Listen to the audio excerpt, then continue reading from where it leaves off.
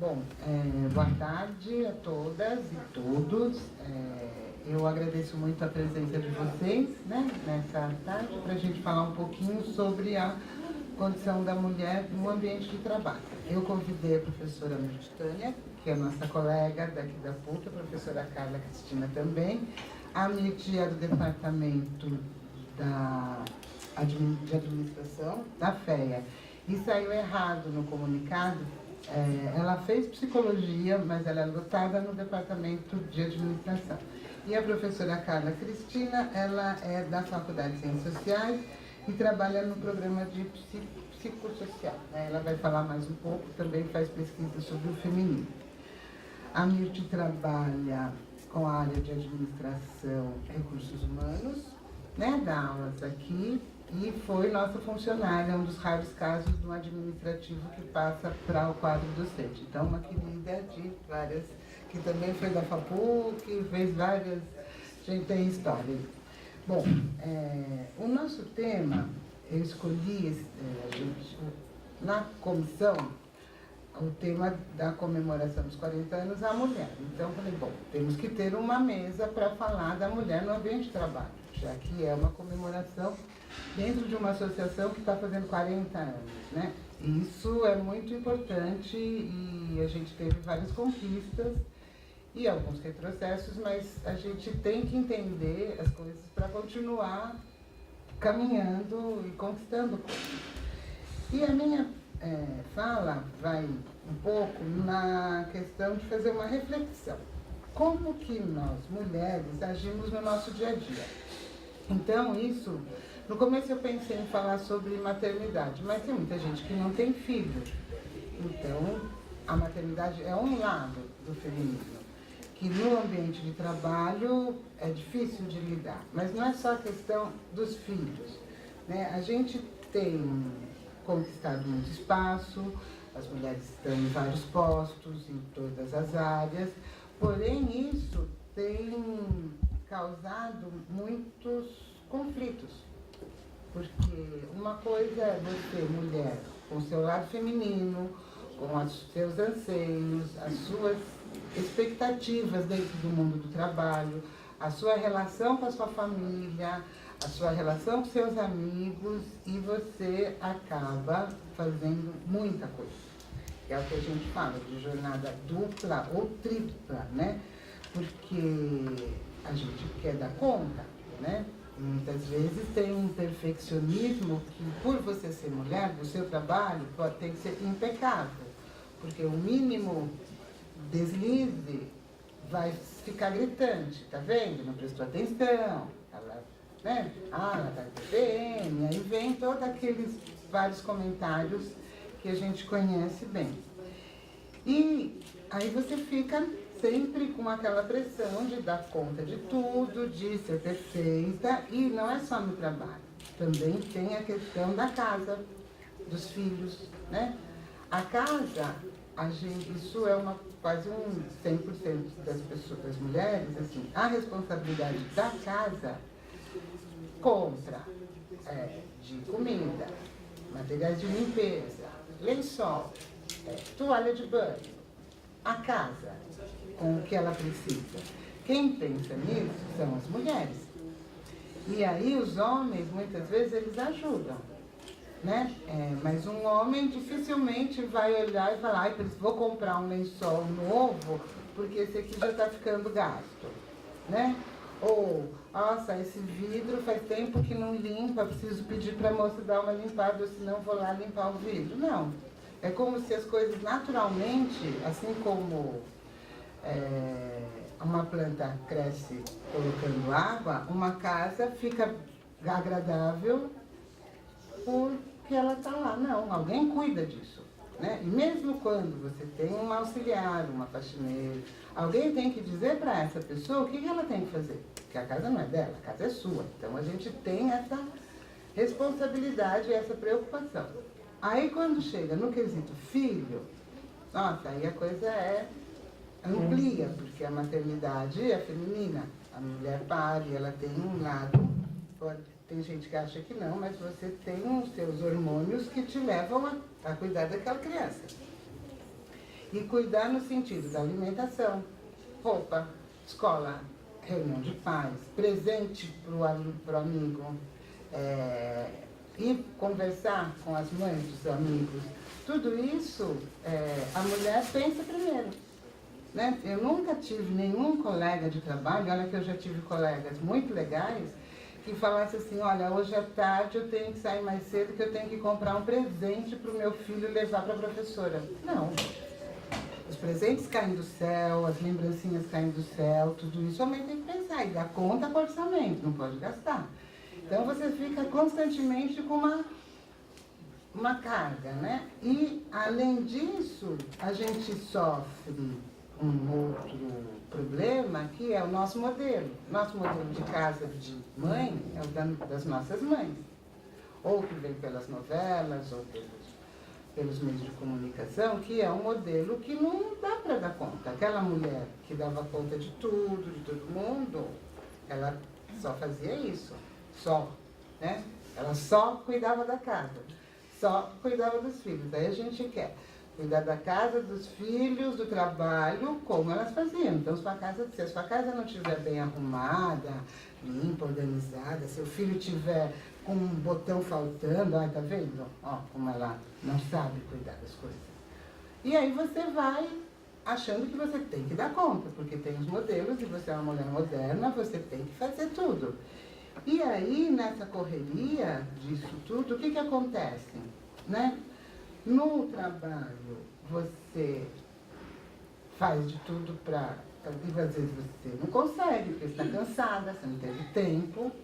E aí isso vai causando o quê? Culpa, frustração, depressão. Tem gente que começa a comer engorda, que é formas de aliviar isso. E aí queria trazer para vocês essa questão, assim, vamos pensar, é tudo nosso? Essa necessidade de ser boa profissional, ser perfeita, isso é seu? Ou alguém disse que você tem que ser assim para você ser uma pessoa do seu tempo, né? Se a gente não olhar para a gente enquanto ser humano, enquanto pessoa, enquanto mulher, e falar, não, eu vou arrumar um emprego, eu vou ganhar mais, mas nesse lugar eu tenho que estar sempre com a unha feita, com o cabelo impecável. Eu gosto de fazer isso? Será que é o melhor lugar para eu estar? Eu, por exemplo, particularmente, meu primeiro emprego foi num banco. Então, eu sabia que ali não era meu lugar, porque tinha que ir de salto alto. Eu detesto salto alto. Vou arrumar outra coisa. Se eu tiver que trabalhar num lugar que eu tenha que ir maquiada, não é para mim. Então, são coisas, detalhezinhos, que se a gente não ficar atento ao que é seu, você não consegue ter clareza de lutar pelo que você precisa. Porque tudo é que você precisa. A gente estava comentando agora a questão das creches. Eu tive a sorte de pegar a creche aqui, da PUC. Era uma tranquilidade, porque eu atravessava a rua e ia amamentar e voltava. Né? Agora, se você tem um filho, você acaba sua licença, você vai trabalhar com culpa, com o peito doendo, porque na hora que aquela criança teria que mamar, seu peito é cheio de leite. Você tira o leite, deixa, ele vai tomar na mamadeira, mas o seu corpo, ele está produzindo leite na hora que a criança precisa. Então, essas questões, se a gente não olhar para a gente, para o nosso corpo, para as nossas necessidades, não é um auxílio educação que vai resolver o problema. Porque agora é assim, não, você não precisa creche, você tem auxílio educação, a criança está lá, tá, mas e o seu corpo? Né? Às vezes, você tem febre, no começo é dificílimo tirar uma criança do peito. E é um crime também, porque a criança precisa mamar. Então, se a gente não tem esse tipo de consciência, como é que você vai avançar? Né? Não basta te dar um dinheiro que não cobre. Você precisa fazer sua parte conhecendo você para poder ver o que é seu, o que é do sistema, o que é modelo que sempre que algum modelo, grande modelo, está na grande mídia, está em moda, alguém está ganhando dinheiro e não é você. E você fica correndo, se estressando para dar conta. E a gente olhar para... Porque essa correria, esse estresse, traz doença, culpa, ansiedade, depressão. Você também tem que ser linda. E aí você vai comprar uma revista de mulher feminina para te ajudar. Não, você tem que ser assim, você tem que ser assada. Ai, gente, não dá para avançar enquanto ser que constitui a nossa sociedade correndo atrás de algo que não é seu. Você tem que saber o que é seu, para isso tem que se olhar. E aí eu acho que tá bom por aqui, passo para as minhas colegas. Obrigada. Obrigada, Pari. Primeiro, para mim, é um momento muito especial, mas eu já devo dizer, difícil. Então, assim, em algum momento pode ser que eu me emocione, porque falar de 40 anos da FAPUC é falar também que eu estou aqui há 27 anos, uma parte significativa deles na FAPUC. E se eu estou sentada nessa cadeira aqui hoje, parte disso foi pela FAPUC. Então, assim, eu tenho uma dívida de gratidão mesmo por essa instituição, por essa associação. Então, eu peço desculpas por falar isso tão emocionadamente, assim. Eu tentei preparar um material mais racional e trazer alguma visão um pouco mais teórica, mas eu vou dizer para vocês, não, eu não consigo. Então, eu vou falar a partir do que eu sinto. Ser mulher não é fácil em nenhum lugar do mundo. E se você encontra um ambiente de trabalho que pode minimamente acolher essa dor, acolher, a pessoa vai se curar, ela vai curar suas feridas, e ela vai poder levantar a cabeça, e vai poder retomar a sua vida, apesar de todas as dificuldades, apesar de todos os traumas, apesar de todos os problemas. Então eu não tenho vergonha de me expor. Eu só tenho dor ao me expor. A única coisa que eu tenho é dor. Mas, ao mesmo tempo, eu também sinto que poder compartilhar isso com as pessoas que eu confio, que estão aqui, convivem comigo já há mais tempo do que a minha própria família. Porque vocês sabem que eu não sou daqui de São Paulo, eu sou do sertão da Bahia, né? Vivo aqui também em função, né, do trabalho. Então, com relação a isso, eu sou muito grata. Né? E sou muito grata mesmo. Então, hoje, quando eu vejo as minhas alunas, vejo os meus alunos, eu sinto assim... eu não sinto que eu dei volta por cima, nem nada disso, nem que conquistei um espaço no mercado de trabalho, que tenho um título de doutorado, não sinto nada disso. Eu sinto que eu sou alguém que pôde, né, pôde sobreviver. Então, quando alguém me pergunta, você é uma testemunha da história? Eu falo, não, eu sou uma sobrevivente. Eu não sou uma testemunha, eu sou uma sobrevivente. E é a partir desse prisma que eu quero trazer uma fala mais rápida das dificuldades de você viver e ser mulher no trabalho, especificamente no caso da PUC. Né?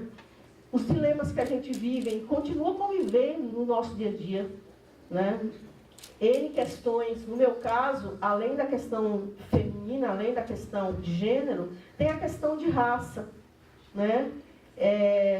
Vocês sabem muito bem que hoje, por mais que eu tenha passado aqui por alguns cargos de gestão, cargos que me colocaram, por exemplo, num conselho como o CEP, né, o Conselho de Ensino e Pesquisa, ocupando cargos vinculados à reitoria ou etc. e tal, coordenação de cursos, tudo isso, né, são cargos que impõem uma série de desafios para o cotidiano.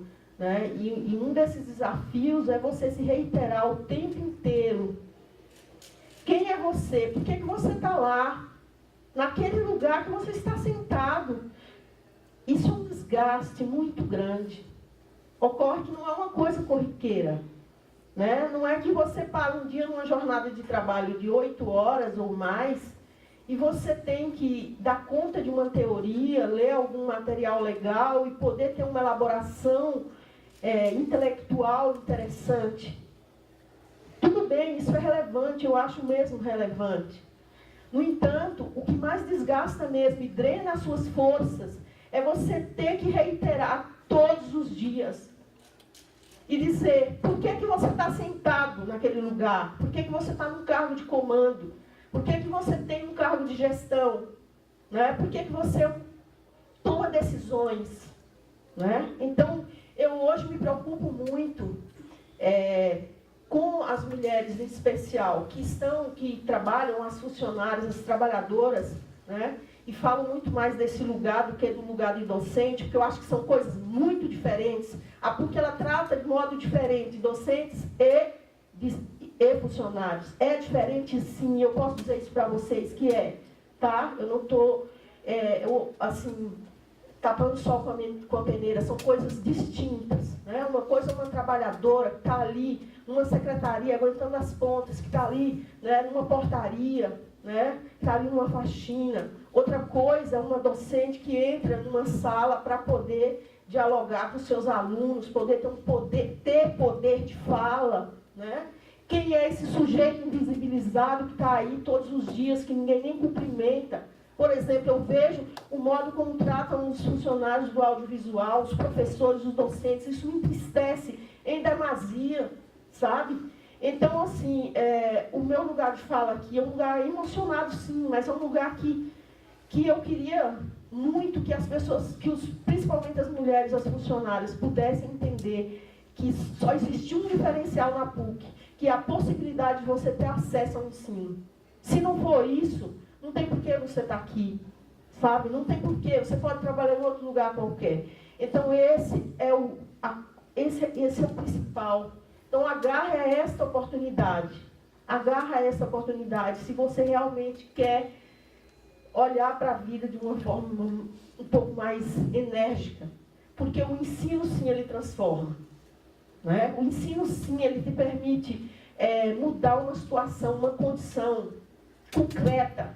Né? Não uma condição abstrata, mas uma condição concreta de sofrimento, de pobreza, né? De miséria. Então, a minha fala é nesse sentido, sabe? No sentido de que se existe uma coisa que eu poderia, dessa trajetória toda que eu pude me expor aqui, e agradeço o espaço de fala e de escuta, é que estudem, por favor, aproveitem que ainda existe bolsa, porque provavelmente não, no futuro, porque o mundo está caminhando nesse sentido, possivelmente não será mais dessa forma. Então, aproveite cada segundo. Então, eu encerro a minha fala aqui. Depois, se alguém quiser fazer algum comentário, eu peço desculpas pela exposição e pelo desabafo, e vou pedir à Pari, assim, que no caso da minha fala, ela exclua da filmagem, porque eu estou falando com essas pessoas que estão aqui, né, olho no olho. Então, eu agradeço.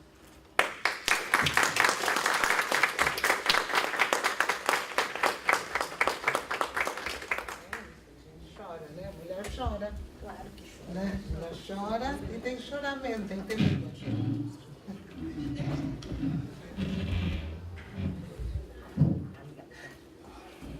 Oi, gente, boa tarde. Em primeiro lugar, eu gostaria muito de agradecer o convite para participar essa tarde aqui com vocês. Para mim é um privilégio, uma honra estar aqui, né, porque eu quero falar um pouco de tudo isso.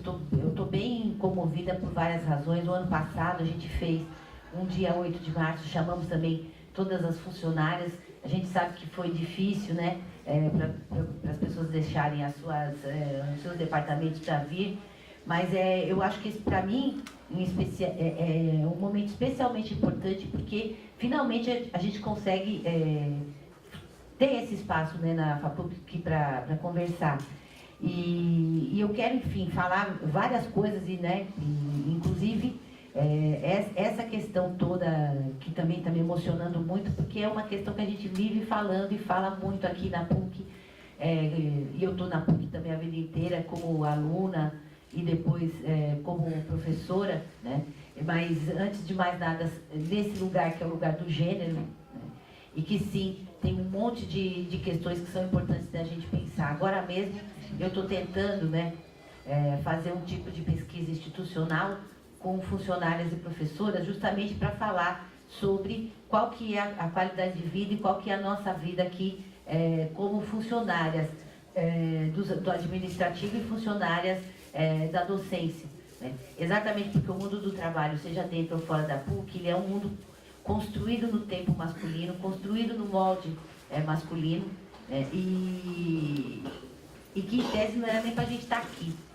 Mas a gente vai tendo que se adaptar para um mundo que é feito para os homens, num tempo que é masculino, pensada para corpos masculinos, né? E não para essa vida, né, da dupla jornada, que na verdade hoje a gente nem usa mais esse termo dupla jornada, a gente usa o termo dupla presença. E por quê? Né? Eu vou falar rápido, né, porque seria legal a gente poder debater, porque justamente nesse inferno que é você ter que dar conta de tudo, a gente acaba entrando num modo que é um modo de estar. Quando você está no trabalho, você está pensando nas suas crianças ou em alguém da sua família, não necessariamente suas crianças, mas pode ser a sua mãe, seu pai, alguém mais idoso que você cuida. Você está com metade da sua cabeça lá, estando aqui no trabalho. E quando você está na sua casa, você leva metade do que você tinha que fazer no trabalho para casa, porque você tem que ficar lá, mas tem que dar conta de terminar a planilha, terminar isso, terminar aquilo, né? Então, a gente, hoje em dia, usa essa expressão dupla presença, né? Primeiro, para que a gente não esqueça disso, quer dizer, do quanto é esquizofrênica essa vida que a gente leva, de nunca estar direito em lugar nenhum, né? E ambos os lugares, seja o lugar do cuidado que é necessário, porque se alguém precisa cuidar dos humanos, a gente é bicho de bando de afeto, mas precisa de cuidado. Né? Essa ideia do mundo capitalista de que não, de que só é o lugar da escola e tá bom, tá errado, erradíssimo. A gente sabe o quanto que isso é errado, porque a gente precisa de uma casa, de uma cama, mas precisa de alguém que te ensine coisas, que cuide, que te acolha. Né? Todo mundo ora na vida, seja com 0 idade ou com 90 anos, precisa de cuidado, precisa de carinho, né? De homens e de mulheres, mas a gente acaba estando dentro desse papel social muito mais do que os homens.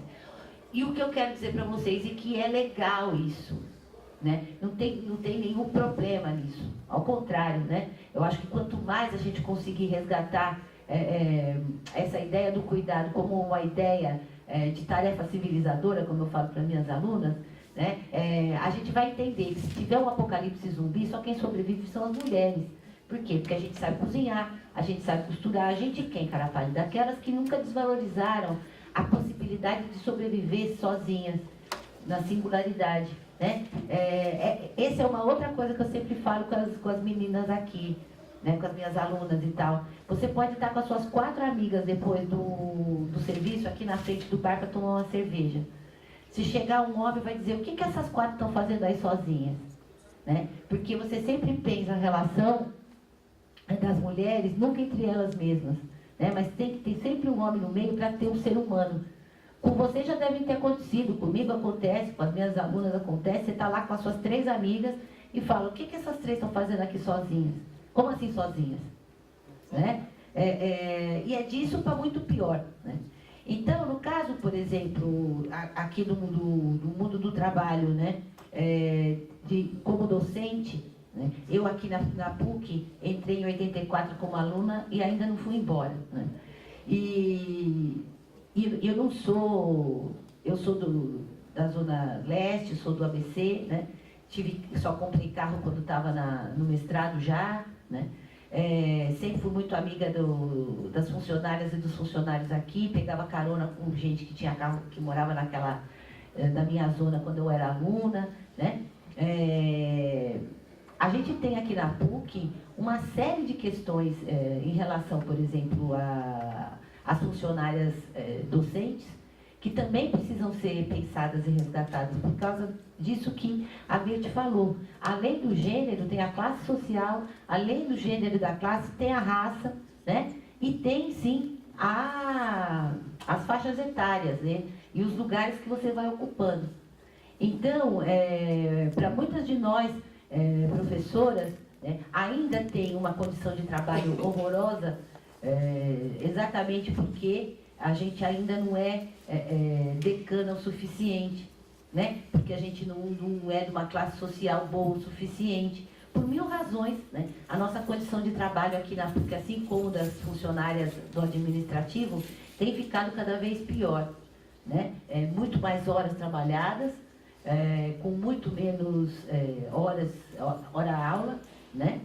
E perdas de direitos que para nós são importantes, como, por exemplo, a creche, né? Porque é o que a gente estava conversando antes.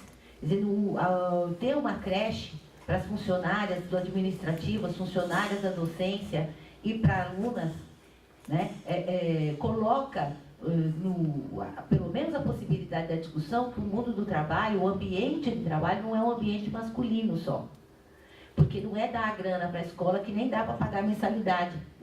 Mas é pensar no espaço como um espaço também feminino. E para isso a gente precisa ter uma condição, por exemplo, de você ter espaço de convivência. E eu me atreveria até a dizer, né, se a gente conseguir começar a pensar de novo na creche, espaços de convivência para pessoas idosas. Digo isso por quê? Porque a gente tem uma preocupação, por exemplo, como universidade, de ter uma universidade da terceira idade. Né? A gente convive, tem um curso de gerontologia e etc. Né? Mas eu não tenho filhos, mas eu tenho tias e tenho uma mãe que precisa de mim. E você poder, por exemplo, trazer para cá, também seria uma coisa bacana, porque o cuidado não é só com as crianças, também são com as pessoas mais velhas, né? Flexibilidade de horário, enfim. O mundo do trabalho, eu estou pensando, nesse momento, em todas nós que temos trabalho com carteira assinada, né? E que muitas de nós trabalham aqui mais da metade da vida adulta, né? Mas para o resto das mulheres que estão por aí, né, nenhuma das minhas alunas, por exemplo, tem um pico de chance de conseguir um emprego, nem a perder de vista. Por quê? Porque ainda o status marital, né, e a questão da maternidade continua sendo aquela que determina se a moça vai ou não ter emprego. Eu acabei de orientar uma tese, e a gente fez uma pesquisa enorme em RH, né, e continua sendo isso. Né? O tipo de pergunta que hoje se faz numa entrevista de RH é assim: você namora? Tipo, como assim? O que a pessoa tem com isso? Né? Você está para casar? Quer dizer, se você está naquela faixa etária entre 25 e 40 anos e está desempregada, né? A única chance que você vai ter é de ser empreendedora, que é uma palavra horrorosa, mal empregada para dizer que a gente vai dando soluções privadas para um problema que é público, né? Porque você é empreendedora porque você quer? Não. Simplesmente porque você precisa comer e você tem bocas para sustentar, sejam das crianças ou sejam das pessoas idosas ou pessoas que estão sob o seu cuidado. E a gente sabe hoje em dia que as famílias, elas são monoparentais, né? Como a gente fala, monomarentais, porque é uma mulher que toma conta disso tudo e precisa desse salário, né, para sustentar todas as pessoas. Então, e ninguém acredita quando uma moça diz: não, mas eu não quero ter filho, eu não vou ter filho, né? Porque de princípio já acha que ela vai mudar de ideia, porque vai acontecer alguma coisa na vida dela, né? E ela vai sim querer ter meia dúzia de filho, e ninguém faz essa pergunta para homem nenhum, né? Mesmo as mulheres que já estão, ou que conseguem um cargo de maior responsabilidade com maior salário, né, ainda tem que ouvir como é que faz para conciliar a carreira com a família. Um homem não escuta isso, né? A gente ainda continua estando vinculada nesse sentido, né? E, portanto, a gente vai arrumando soluções privadas para fingir que isso não existe. Por solução privada, por exemplo, eu estou me referindo ao fato da gente deixar, ter que ter, né, por trás da gente, alguma outra mulher que vá até a creche buscar a criança, que vai até, não sei, enfim, que vá na reunião da escola, que faça, né, esse trabalho que cuide das pessoas enquanto você está aqui, né? E luta pouco para ter uma solução pública em relação a isso. Então, realmente, no ponto que concerne ao mundo do trabalho, a gente está como a gente estava quando o feminismo nasceu, lá na Revolução Francesa. Ainda falta muito para caminhar, né? E eu nem vou falar da perda de direitos que a gente teve em relação a salário, né, que hoje aqui no Brasil já está beirando aos 30% de diferença no exercício da mesma função, né? E aí é só olhar para aqueles, mesmo para as tabelas mais coxinhas de todas, sabe, tipo Cato, esses lugares assim de RH bem assim, que dão esses números, não é nem números de entidades mais à esquerda ou mais críticas, mesmo as mais de direitas. No caso das professoras universitárias, né, que em tese pode parecer que é a mesma coisa, né, que você tem que ter o mesmo Lattes, o mesmo inferno de Qualis, A, B, o mesmo tanto de coisa, a mesma... Enfim, faz concurso, blá, blá, blá, né? Pela Cato, que é esse negócio aí de RH, né, essa empresa, uma professora universitária com o mesmo currículo que um homem ganha mais ou menos R$3.000, R$3.500 a menos. Mas como assim? Se todo mundo tem que ter o mesmo tipo de currículo, o mesmo inferno do Lattes, da CAPES, etc. Simplesmente porque homem tem mais cargo, tem mais bolsa produtividade, tem mais bolsa CNPq, ganha mais possibilidades, né? E as mulheres, professoras universitárias que têm o mesmo tipo de problema, tá? Tem que ter menos carga horária. Por quê? Porque ela precisa dar conta, uma conta que não é possível dar. Então, sim, produz menos, né? Sim, publica menos. E não publica menos porque é menos competente, simplesmente porque é impossível, porque tem uma hora que você tem que dormir. O ano passado, por exemplo, uma conhecida colega, doutora, tudo, a clássica, né, recebeu de uma revista o parecer de uma dessas publicações que a gente tem que publicar, senão vai perder o emprego aqui na PUC até o final do ano, né? O parecerista da revista disse, sem pudor, para ela arrumar se ela não tinha algum colega de departamento que pudesse assinar o artigo com ela, já que os homens são mais objetivos na hora das considerações finais. Imediatamente ela mandou esse parecer para a revista Galileu, a gente fez um barulho, blá, blá, blá. Mas veja, esse cara ainda, ou essa mulher, porque aí tanto faz, né, nesse caso, que mandou esse parecer, esqueceu que não podia falar a verdade, né? Acabou falando, mas a maior parte de nós acaba recebendo pareceres dessas revistas que vão nesse sentido. E vejam, mesmo que sejam revistas e etc., que o seu nome não vai junto, né? Você manda sem o seu nome, etc. Não importa, gente. Né? Há uma maneira de se escrever, uma maneira de ser na vida, né? Que você sabe quando o texto está escrito por uma mulher e quando o texto está escrito por um homem.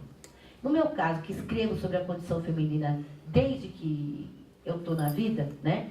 A possibilidade de eu ter não é muito maior do que eu ter sim para essas revistas cujo conselho editorial, de maneira geral, é composto por homens. Né? Então, é tudo bem complicado, não é uma questão simples. E no nosso ambiente de trabalho, você ainda tem todas as interseccionalidades que precisam ser feitas.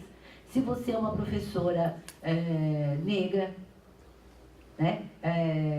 Se você é uma professora de um determinado tipo de classe social, de um determinado lugar do mundo, né? Não dá para pensar que as carreiras femininas elas são neutras, né? Ou que o fato de você fazer um concurso que em tese homens e mulheres vão fazer a mesma coisa, tem que ter o mesmo currículo, se isso faz diferença, porque faz, viu, gente?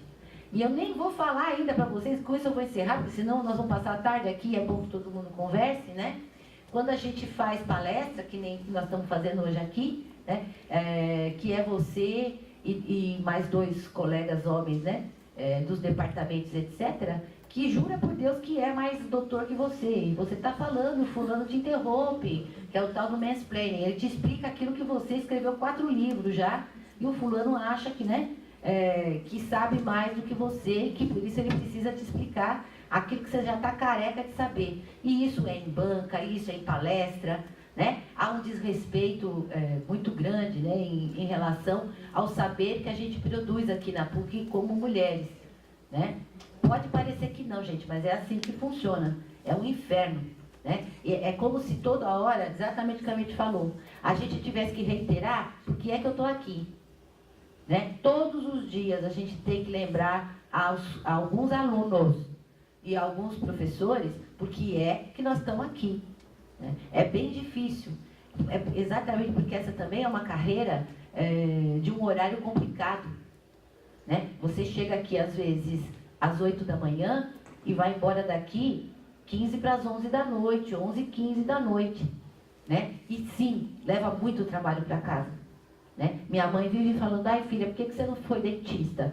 Porque assim você pelo menos não precisava ficar trabalhando de sábado e domingo. Ela vive falando, ai, você fez errado, você devia ter feito odonto, né?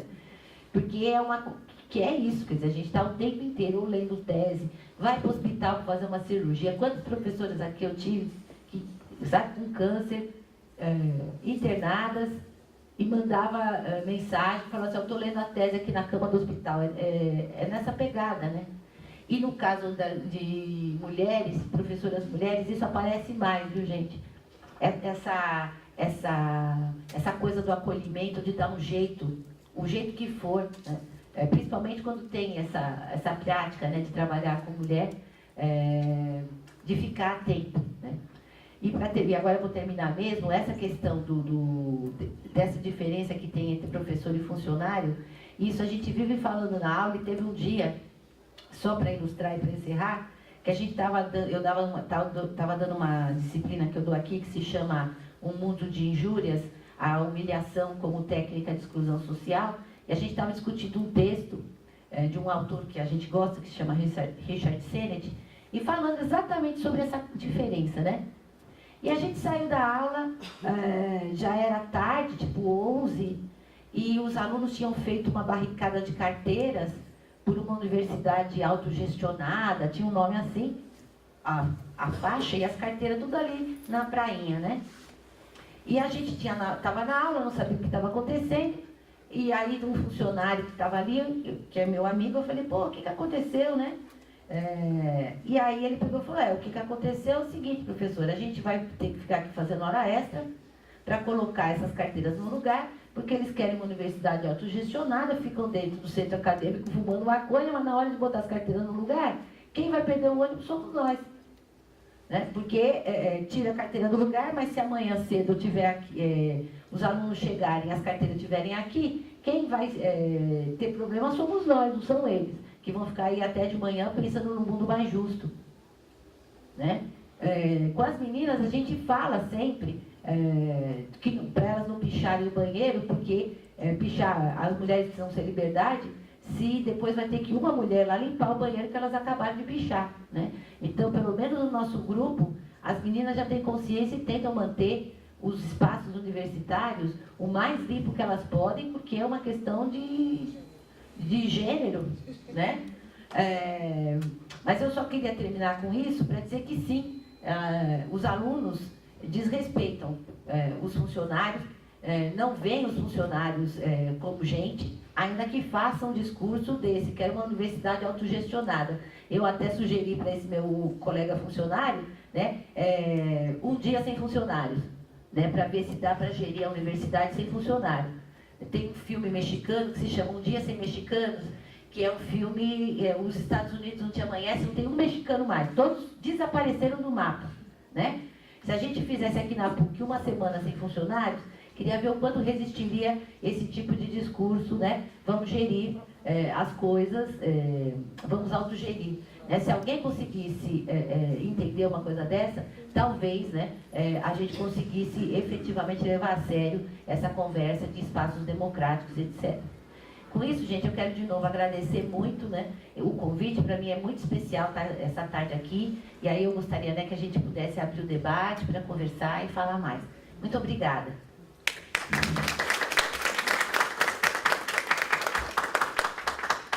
Gente, está aberto o microfone. Prontos. Questões, reflexões. Essa diferença entre professores e funcionários é muito interessante. A época que eu fazia mestrado aqui, e eu sou tradutora de língua espanhola, sou revisora. E aí alguns professores, assim, olha, você faça essa tradução para mim, porque eu preciso para publicar. E eu, sim, R$35 a lauda. Entendeu? Quer dizer, aí o cara olhava para você porque esse segmento, ele segue para a academia e ele segue para a sala de aula. Então, se você não fizer isso e não estabelecer um limite, ele vai embora. E é isso que você falou e você colocou muito bem, que você tem que explicar a todo momento como é que você traduz, como é que você revisa, como é que você viaja só. Você é só uma funcionária. Alguém olha para você assim, é super estranho. Essa sua fala de 4 mulheres está sozinha, imagina quando é uma. Que senta, cruza a sua perna, eu no caso não bebo mais, peço um suco e quero ver um jogo de futebol, porque adoro futebol. Tô lá vendo, mas por que você está sozinha aí? A pessoa não veio te encontrar? É muito complicado. Levando para outro âmbito, eu sou do quanto as mulheres sofrem em vários segmentos. Eu sou alcoólatra e dependente química, e eu frequento reuniões de NA, Narcóticos Anônimos, e Alcoólicos Anônimos. O assédio que você sofre, então, você é mulher, você é alcoólatra, então na cabeça das pessoas é um imaginário que não dá para descrever. Então, quando você dá o seu depoimento, e um dos preceitos do AA é tudo que você falou aqui, tudo que você ouviu aqui, deixe que fique aqui. E é um espaço onde você coloca as suas angústias, as suas dúvidas, os seus questionamentos, e há muita verdade nisso. Mas essa fala, ela é apropriada pelos homens, que quando você está saindo, de alguma forma eles vão te cantar. Não todos, mas uma grande maioria. Então, na fala de vocês três aí, é muito interessante que você vai reconstruindo a sua vida como mulher e vai se colocando em outros espaços e você percebe tudo isso. É muito igual o desrespeito, é muito igual a diferença. E uma outra colocação, concordo com você, Mendes, que o ensino aqui, em qualquer outro espaço, é muito importante. E a gente, de uns tempos para cá, a PUC estacionou a gente. Eu entrei no doutorado em semiótica, com um orientador super legal, e eu não posso estudar. Eu acho isso um desrespeito, um absurdo, porque como você falou, eu não tenho filhos também. Tenho um pai de 88 e uma mãe de 78. E eu tinha um irmão que faleceu há 3 anos, ou seja, é tudo comigo. O telefone tocando aqui, eu fico, aí será que já voltaram? Então, por que você não vai fazer na USP? Porque isso você descreveu, o tempo você acaba tendo que gerenciar para falar, bom, eu preciso de pelo menos 4 horas para estar com eles, para sentar, conversar 1 hora, para comprar os remédios, para fazer tudo. Mas tirando essa questão, eu acho um absurdo as pessoas. A gente está numa universidade, a Pali também prestou um doutorado. A gente não pode estudar, entendeu? Aí essa questão Chega, 2 bolsas, basta. Chega, 2 Porque bolsas você para vai querer você. mais. Eu iria querer Por que mais, você né? quer? Você quer aprender mais do quê? Pra quê, né? Na biblioteca, eu atendo pessoas em inglês, eu atendo pessoas em espanhol. E assim, coisas que eu aprendi aqui, eu me formei aqui em língua portuguesa, em língua espanhola. E aí você tem que ter uma área correlata. E você tem que explicar o inexplicável. Ora, eu trabalho numa biblioteca, eu trabalho com cultura. Eu não tenho todas as áreas são correlatas ao meu espaço de trabalho. Então, é uma coisa que eu estou pensando muito em conversar com a FAPUC, em levantar, até falar com a Bari, em levantar discussões sobre isso, porque a gente precisa prosseguir. Ninguém pode te estacionar. E quer dizer, e você tirar a esperança, né? Exatamente, porque você não pode crescer. Eu só posso crescer para dar uma continuidade para a universidade? Não. Eu cresço como pessoa e dou a resposta aqui. E dou a resposta na sociedade. Porque as pessoas estão lutando por um mundo melhor e como elas te param? Elas não podem fazer isso. E vamos colocar em termos práticos. Digamos que isso fosse uma sala de doutorado. Aquela cadeira, qual é a diferença que ela vai fazer? Uma cadeira, 2 cadeiras, entendeu? Tem um rapaz do Xerox, ele está na 5ª carta, porque ele quer fazer um mestrado. É um garoto que veio da periferia, que cresceu aqui dentro. Por que a gente não pode estudar? Então, são muitas coisas que eu concordo, a FAPUC, ela deu muitas coisas para a gente indo lá atrás, vendo as greves, vendo tudo que a gente conquistou, até os nossos desacordos, porque é aí onde a gente cresce e a gente tem muita coisa que fazer ainda. Eu espero que esse momento marque um recomeço e que as pessoas possam cada vez mais se mobilizar e a gente possa crescer e ter muito mais coisas para comemorar. É isso.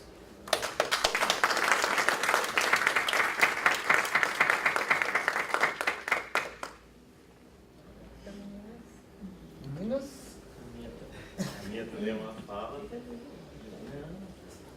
Primeiro, muito feliz por essa mesa e por essas falas. Primeiro, muito feliz por essa mesa, por essas falas. Um pouco triste por ter umas cadeiras vazias, em especial do público masculino, que eu gostaria que estivesse aqui ouvindo também. Mas assim, só trazendo um pouquinho, né? Vamos falar do meu patamar privilegiado de homem, eu quero colocar isso fora dessa conversa, né, desse bate-papo, mas só para falar que não é mimimi mesmo, como a gente fala lá fora. Só para vocês terem uma ideia, eu estou no processo de vasectomia, e quando eu fui falar com o urologista, foi, assim, para mim foi a coisa mais bizarra do mundo. Porque ele falou assim, por que você está se preocupando com isso? Quem tem que se preocupar com isso é a sua mulher.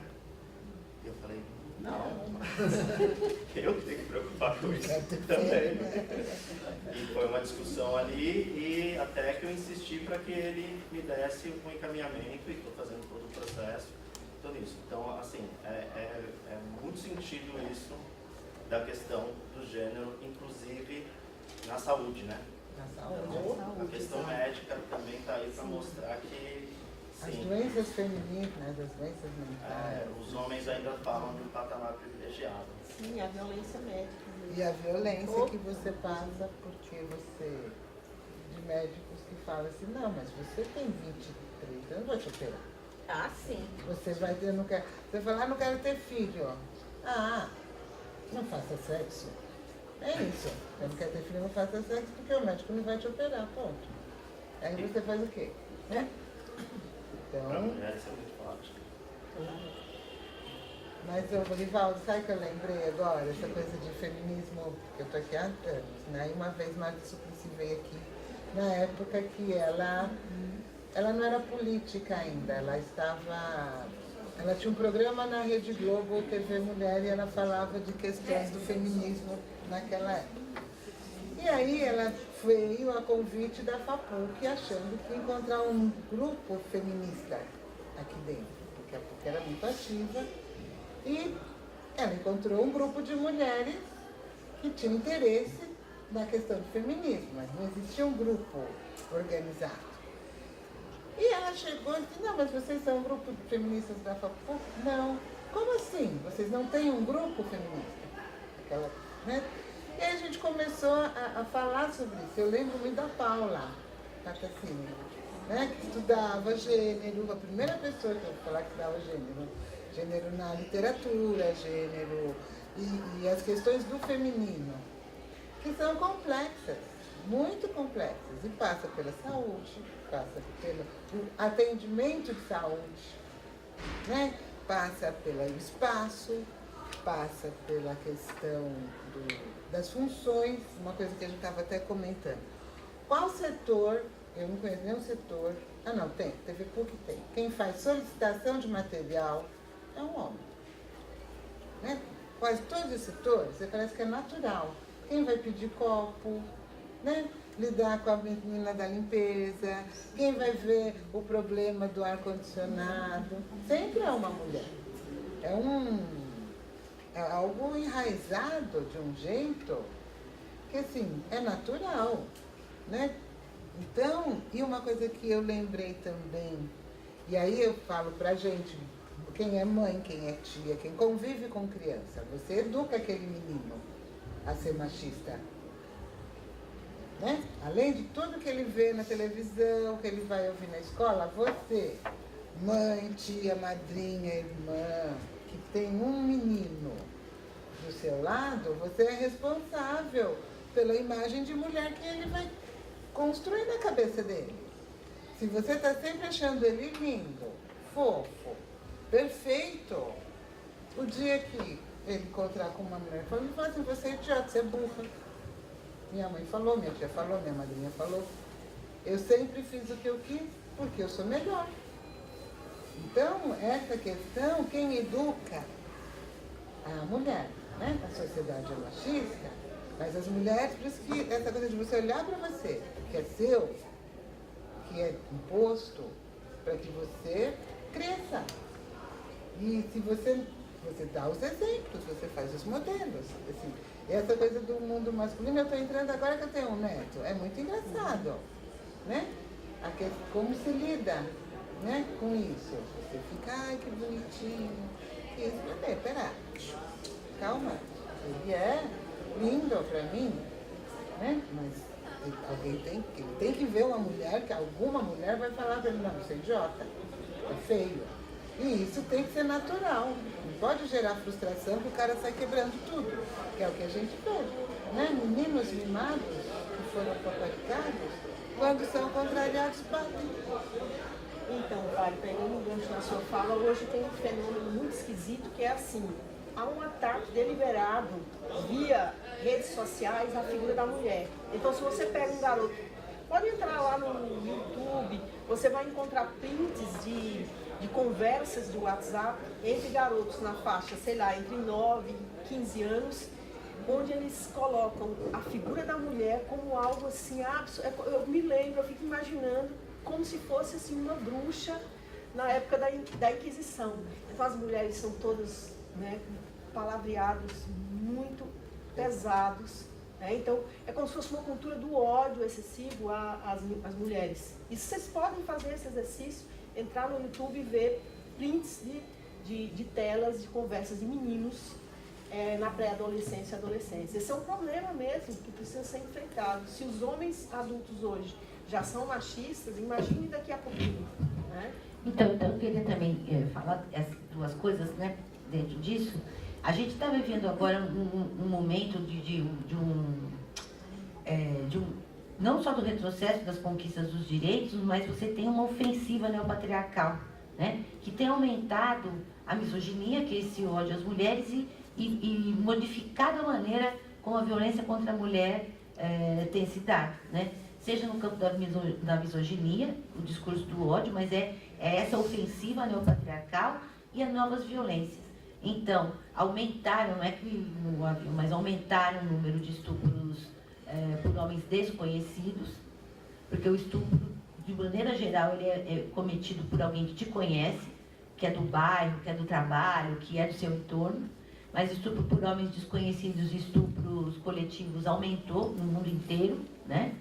E o tipo de violência que a mulher sofre no discurso e etc. Então, a gente está vivendo um momento de ofensiva neopatriarcal muito perigosa, de volta a certos valores, que enfim, a gente tem discutido bastante.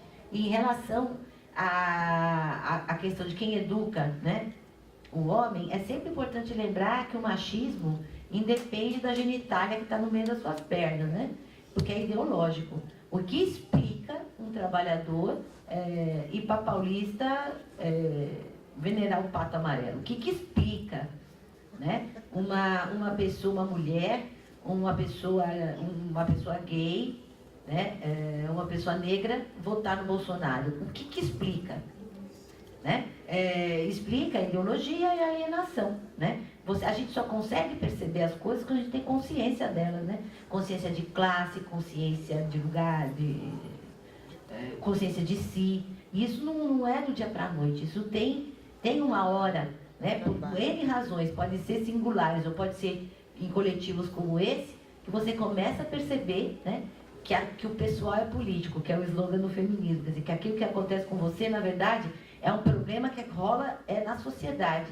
E aí a consciência pode começar, e a alienação, uma vez que você vê, é que nem o conto do Barba Azul, que ela mete a chave num quarto que não podia abrir, viu que tá cheio de cadáver dentro, fecha correndo para ele não saber que ela abriu e bota de volta na saia, né? Só que a chave sangra, né? E aí o Barba Azul descobre que ela sabe. Então, com a alienação é a mesma coisa. Quando você se liga no que está acontecendo, depois não dá para fingir que você não viu, né? E alguma coisa em relação à consciência de quem é você no mundo, na fila do pão, vai fazendo diferença, né? Então, sim, a alienação, esse tipo de ideologia, ela precisa convencer, é mulher negra, é homem, é gay. Essas pessoas precisam ser convencidas todos os dias para saber qual é o seu lugar no mundo, que é esse lugar aí da humilhação. Como nós falamos, né? A gente precisa, por exemplo, num espaço como esse, todos os dias dizer por que é que nós estamos aqui, né? Porque senão o contradiscurso vem e vai falar, não, o seu lugar é para estar fora da universidade fazendo. Esse não é o seu lugar. Então, essa é uma questão importante. Não é do dia para a noite e não é para sempre, né? É necessário todo dia que a gente que vai sendo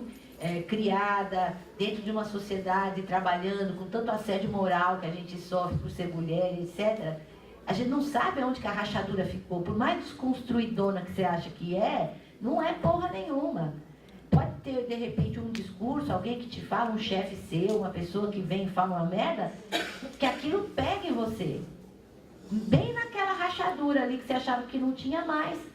E aí você fala, será que eu dou conta? Será que ele está certo? E você duvida. Então, é todo dia, gente, é todo dia. Eu, vocês, as minhas alunas, nenhuma de nós é desconstruidora o suficiente para achar que já está tudo certo, que não tem acoso moral, que não tem acoso sexual que me pega, porque eu vou lá, enfio a mão na cara da pessoa, mando a pessoa para aquele lugar. Mentira. Então, para todas nós isso é mentira, né? E por mais consciência que a gente tenha disso, isso não faz com que eu fique mais feliz ou menos feliz, né? Por isso que espaços de reunião são tão importantes, porque é a hora que a gente tem para falar sobre essas coisas e ver que não é só com você, né? Porque às vezes nesse mundo, por exemplo, que eu vivo, que é de estudar feminismo, né, da condição feminista, etc., fica parecendo que está tudo resolvido. Tá nada, gente, né? Não tá de jeito nenhum. Não, só queria falar algumas coisas, então. Por exemplo, primeiro, eu queria agradecer muito a comissão, a Ari, o Caldo, a Rosana, a outra Rosana Maura, por terem pensado, eu acho, esses eventos todos, e em especial essa mesa. Eu acho que é uma coisa muito importante, a questão de falar da mulher, né? Embora estejamos numa universidade, poucas vezes nos reunimos como funcionários para falar dessa questão, né? Depois eu queria agradecer muito a Mirth, sabe, eu te amo, né, sabe? Tenho um profundo admiração por você, conheço sua história e saiba que você é, assim, é uma inspiração para muitos de nós.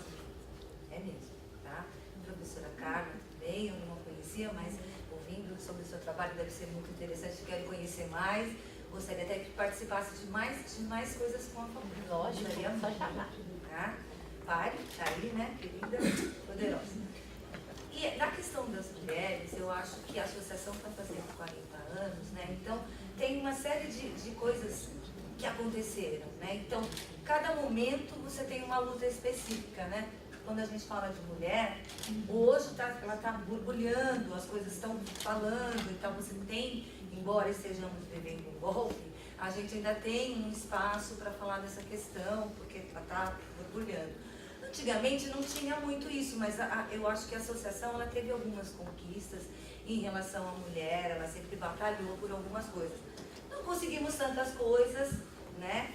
Até porque a maioria da diretoria era homem, então o olhar, por mais que eles quisessem, é diferente, né? O lugar é diferente. Até a questão da creche, que você colocou bem, que tínhamos aqui, e que era maravilhoso por estar perto, né? E não só por também ser um lugar de estudo, né, na nossa universidade, porque é um curso de educação e várias licenciaturas, então era algo muito interessante.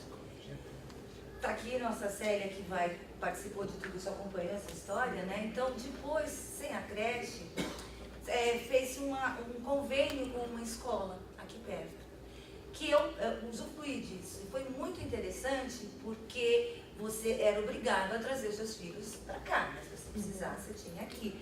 E com isso, houve uma troca das mães com seus filhos, né? Nossos filhos cresceram juntos, muitos aqui cresceram juntos, porque estavam juntos. Eu acho que foi uma coisa muito interessante. E depois, então, Marta também está aqui, pode falar muito bem, optou-se, né, por ter esse dinheiro, porque facilitava também, porque você tinha uma mãe que morava, que podia ir buscar, não é? E às vezes você tinha um leque maior. Mas eu acho que a ideia da creche, ela é sempre bem-vinda, a gente tem que discutir isso, se é interessante ou não, né? Acho também que a questão da mulher hoje, na PUC, às vezes ela fica um pouco mascarada, fica muito assim, um tratamento diferente de um professor e um funcionário, uma professora e um funcionário. Não mulher e homem, né? Isso às vezes não é abordado, não é tão notado, né? Às vezes ele é tão sutil que a gente não percebe. Eu acho que a gente precisa discutir sobre isso. Eu acho constantemente, eu acho que não para aqui essa discussão. Eu acho que nós teremos que ter outros encontros para discutir essa questão. Mas queria também alertar, por um lado, eu acho que vocês falaram muito bem de todos os problemas que nós enfrentamos, tenho filhos, sou avó também, tem todas essas coisas, mas a gente também tem uma coisa que eu sinto, que as mulheres precisam ser mais unidas. Exato. Elas precisam se olhar de uma outra forma, sabe? Às vezes você sente esse preconceito, às vezes com a própria mulher. Por exemplo, nós aqui que estamos com uma certa idade, estamos numa fase meio chata, chamada menopausa, né? É uma fase meio estranha e que mexe muito com a gente. E você percebe que as outras mulheres, às vezes mais novas, elas não conseguem, elas não têm uma... Eu não sei, falta uma irmandade, eu não sei te explicar, de perceber o que a outra está passando, né?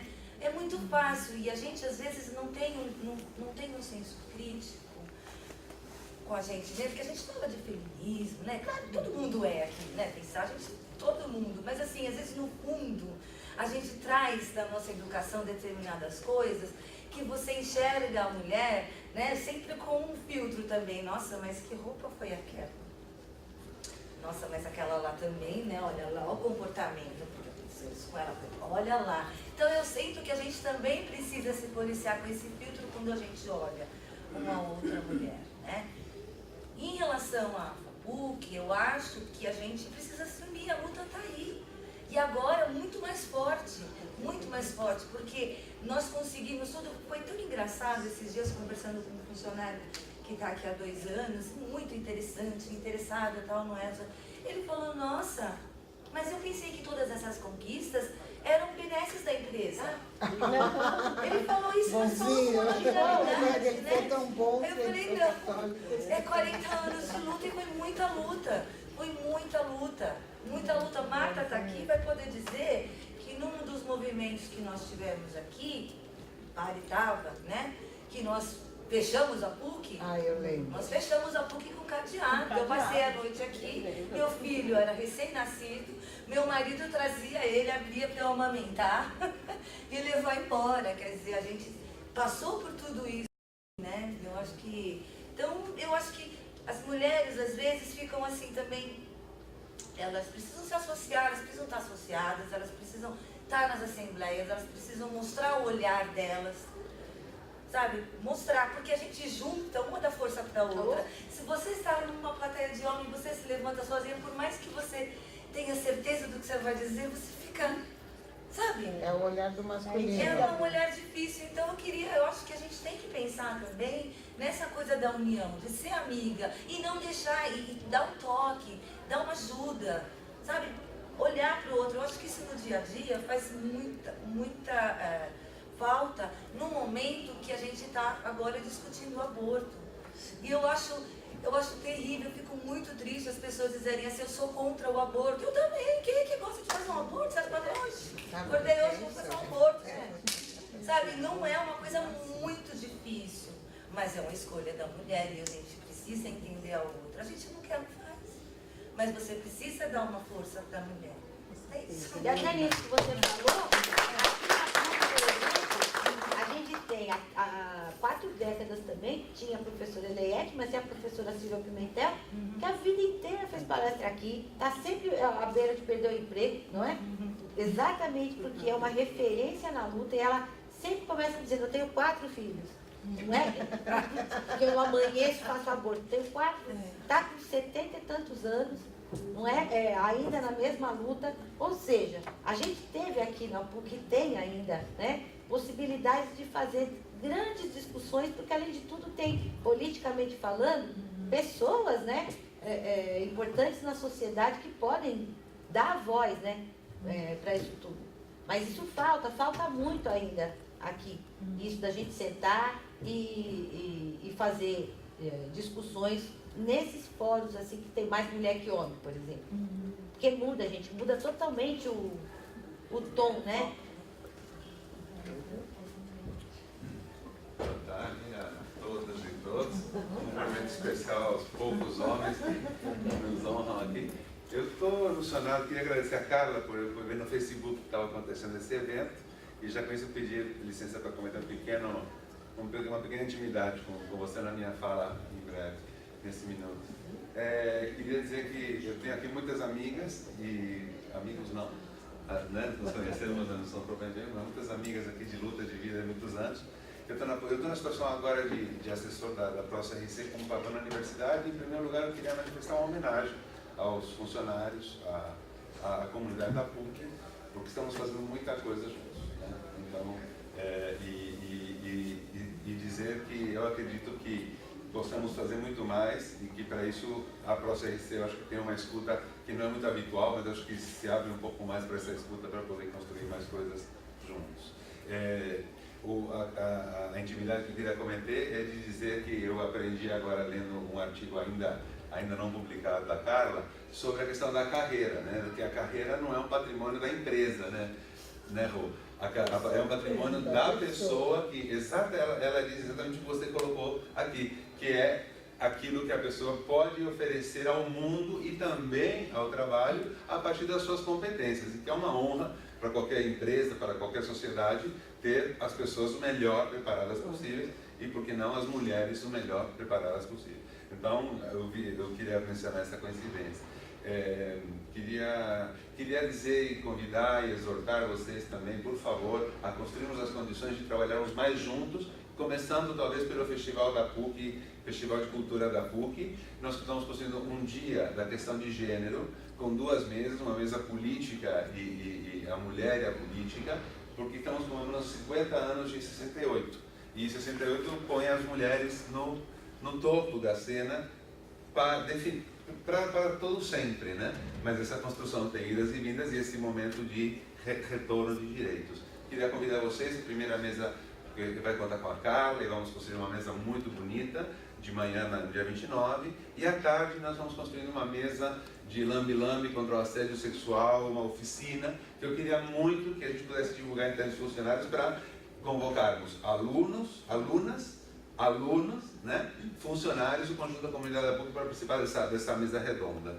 Tem 3 peças nesse momento discutindo isso, né? Tem o Kiwi trabalhando no patriarcado, tem a companhia, o Teatro Vertigem trabalhando uma peça que chama Enquanto Ela Dormia, que acho que não preciso nem contar sobre o que fala, e tem agora uma outra peça que chama Heresia, estreando agora na rua, que fala sobre essa mulher bruxa, né? Sobre essa mulher cantada em verso e prosa desde a Inquisição, que é essa condição de ser colocada como não humano, como não pessoa, como uma pessoa, na Lilith, no lado negativo dessa ambiguidade essencial que é tão importante e necessária.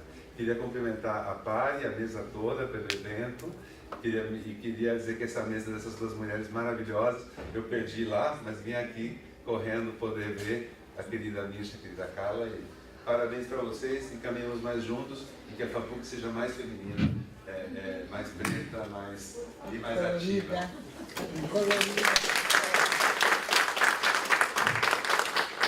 E se me permite, Pedro, vou fazer uma provocação à ProCRC. Nos próximos eventos, ter um funcionário, um representante dos funcionários na fala, na mesa, com empoderamento, porque assim, as mesas são todas constituídas por grandes catedráticos, professores incríveis, mas assim, está falando de trabalhador, então tem que trazer alguém da associação, tem que trazer alguém do corpo de funcionários. Tem funcionários aqui que são muito, às vezes até mais capacitados que muitos de nós, docentes. Então, é uma provocação, viu? E vou cobrar mais tarde.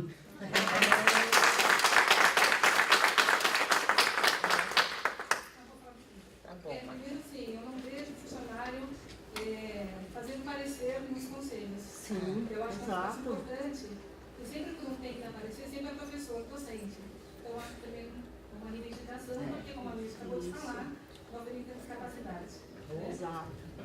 Eu trabalhei muitos anos na Federação Paulista de Futebol, e aí aprendi futebol por conta do meu trabalho, mas eu fui muito também disciplinada por isso. Então era um ambiente somente de homens. Eu acho que era eu e mais 2 mulheres. Né? Então vocês imaginam que situação. Né? Falar com um técnico, falar com um bambambam do futebol, e assim por conta do nosso trabalho, que era fazer chumaço para ir para o campo. Então, hoje sofremos muita discriminação também. Isso me lembrou o período que eu trabalhei lá e tal. Em relação à sua fala, professora, eu fiquei pensando, você falou que os negros, os gays, enfim, os menos favorecidos, têm que ter um espaço na sociedade, né?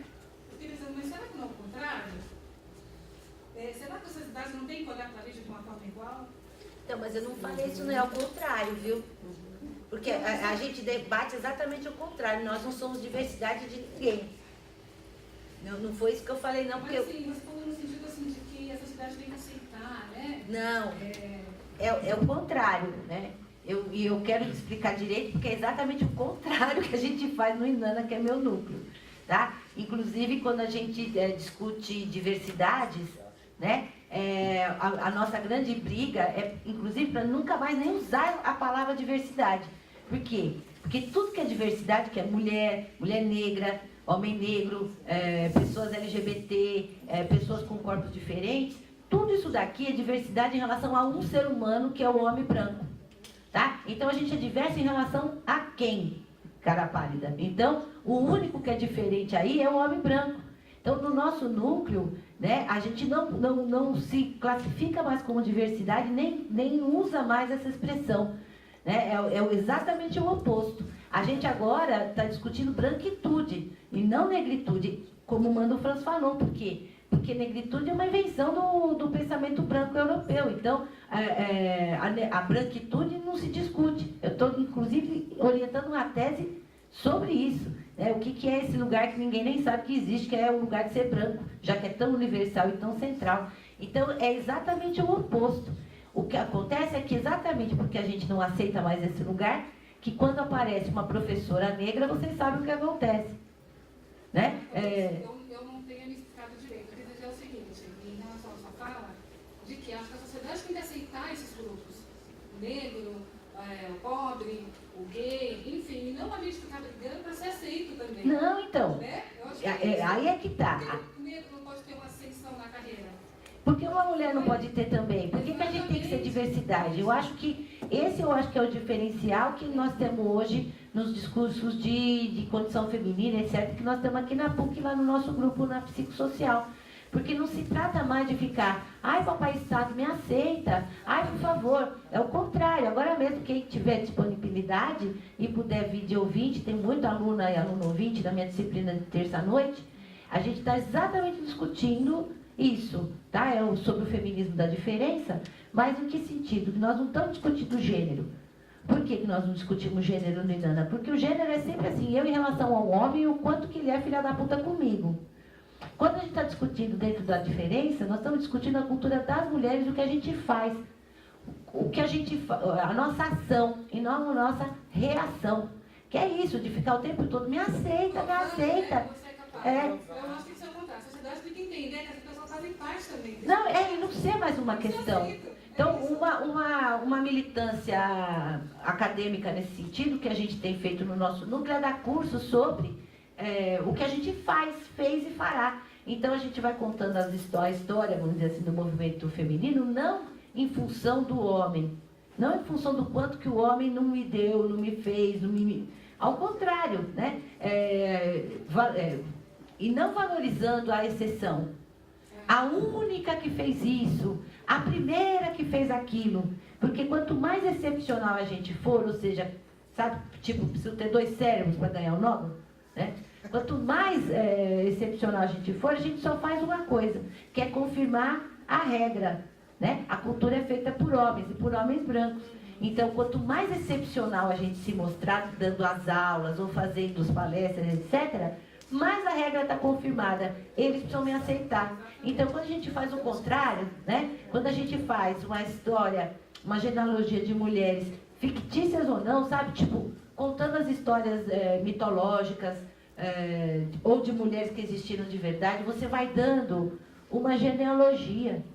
Isso a gente aprende com o movimento das mulheres negras, afro-caribenhas e brasileiras, né, que tem feito esse exercício há muito mais tempo. Então, fica aí o convite, se vocês estiverem disponíveis, né, de noite, a gente está fazendo essa disciplina de terça-feira à noite. Eu geralmente faço à noite porque é quando o pessoal, o ouvinte, pode vir mais. Enquanto não tiver catraca aqui, a gente vai fazendo assim, né?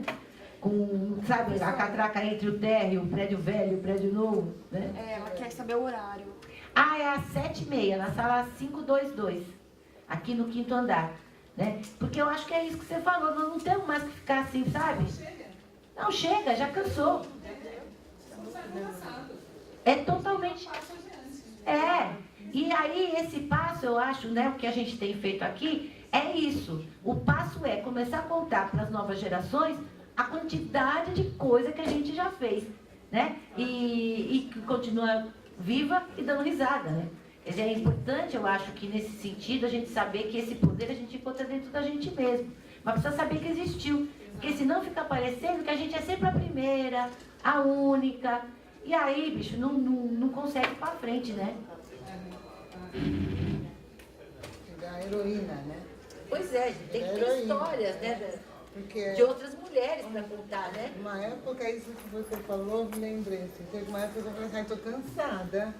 Ai, você é tão batalhadora, você mãe, que você trabalha, que você estuda. Eu falei, chega. Não vou ser mais batalhadora. É um saco, não isso vou é um saco, ser, gente. cara, não quero brigar, eu quero desfrutar. Né? Eu mereço desfrutar, merecemos desfrutar. Só que para isso, você tem que ter essa consciência. Ele não é melhor do que eu. Nasceu numa família com mais recursos. Eu fui me dar conta que eu era inteligente, eu tinha mais de 30 anos. Não, mas por isso, gente, não.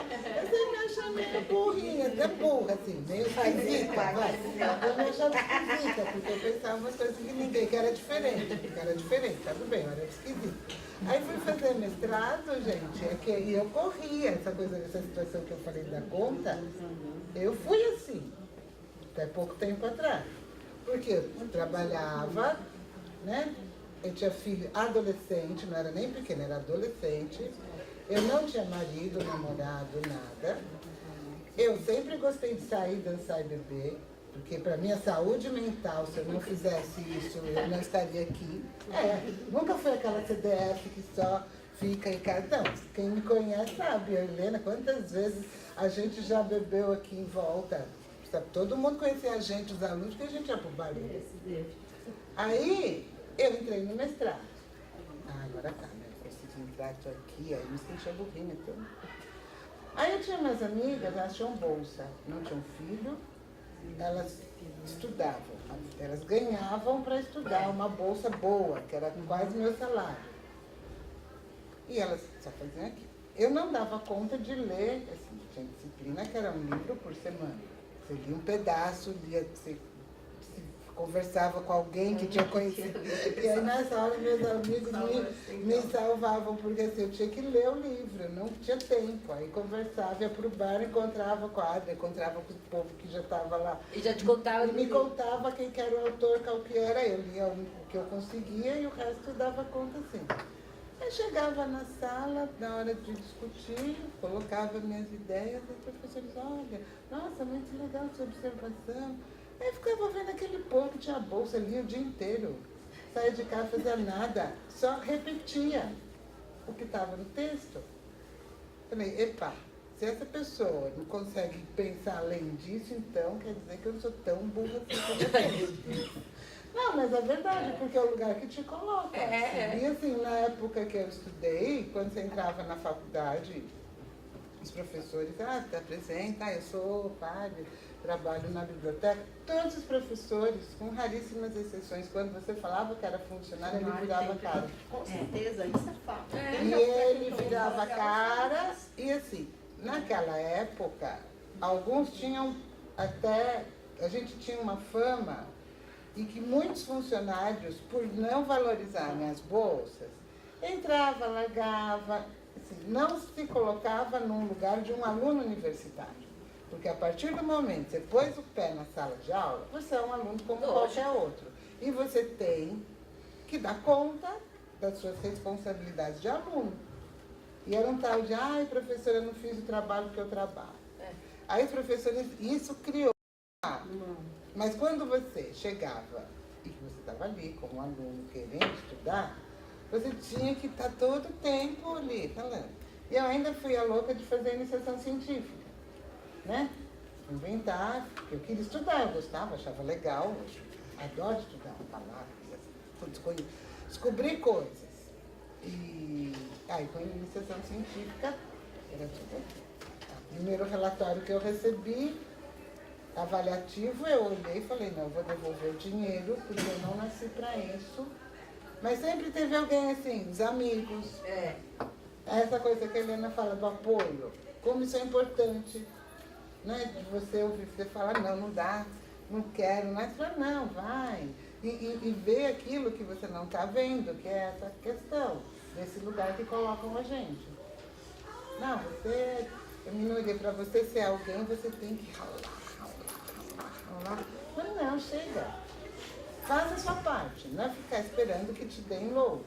Faz a sua parte. Sabe? Se coloque. E isso é uma coisa que eu aprendi aqui na PUC. Me coloque respeitosamente, mas você se coloque. Você não é obrigada a comprar lanche para o seu chefe ou para a sua chefa. Você não ganha para isso. Educadamente. Você pode fazer isso? Não posso, estou ocupada. Mesmo que você não esteja ocupada, se você não tiver vontade, você não precisa fazer isso. Porque você é funcionário ou porque você é mulher. Simples. Temos que ter esta consciência. A gente não ganha para servir o chefe. Você ganha para exercer um trabalho. Tudo que diz respeito à sua função, ao seu trabalho, você tem que ter a sua obrigação nessa relação de trabalho e de troca. Só. O resto, você pode fazer a gentileza, né? Você pode fazer o favor, mas não é sua obrigação. Por isso que é importantíssimo que saibamos nos colocar não a partir do diferente, do inferior, da minoria. Não, enquanto seres humanos. Lógico. Todos somos seres humanos. Né? Então, alguém quer colocar mais alguma coisa? Já pedi muita É, licença. eu tenho que dar aula agora às 4 horas e ainda tenho que ir no banco. Bom, Agora. eu agradeço imensamente as duas queridas. Imagina, Espero eu que que a gente agradeço. possa fazer mais coisas. Só chamar. Né, assim, e pra gente sair com essa... Assim, a gente olhar primeiro, né? Vamos ver o que é meu, o que é do outro. Eu quero mesmo ser aquela mulher perfeita que dá conta de tudo, Ai, não. tem depressão, toma remédio, sabe? Não, Não. não precisa, né? E vamos nos unir. É isso aí. Gente, Muito obrigada pela presença.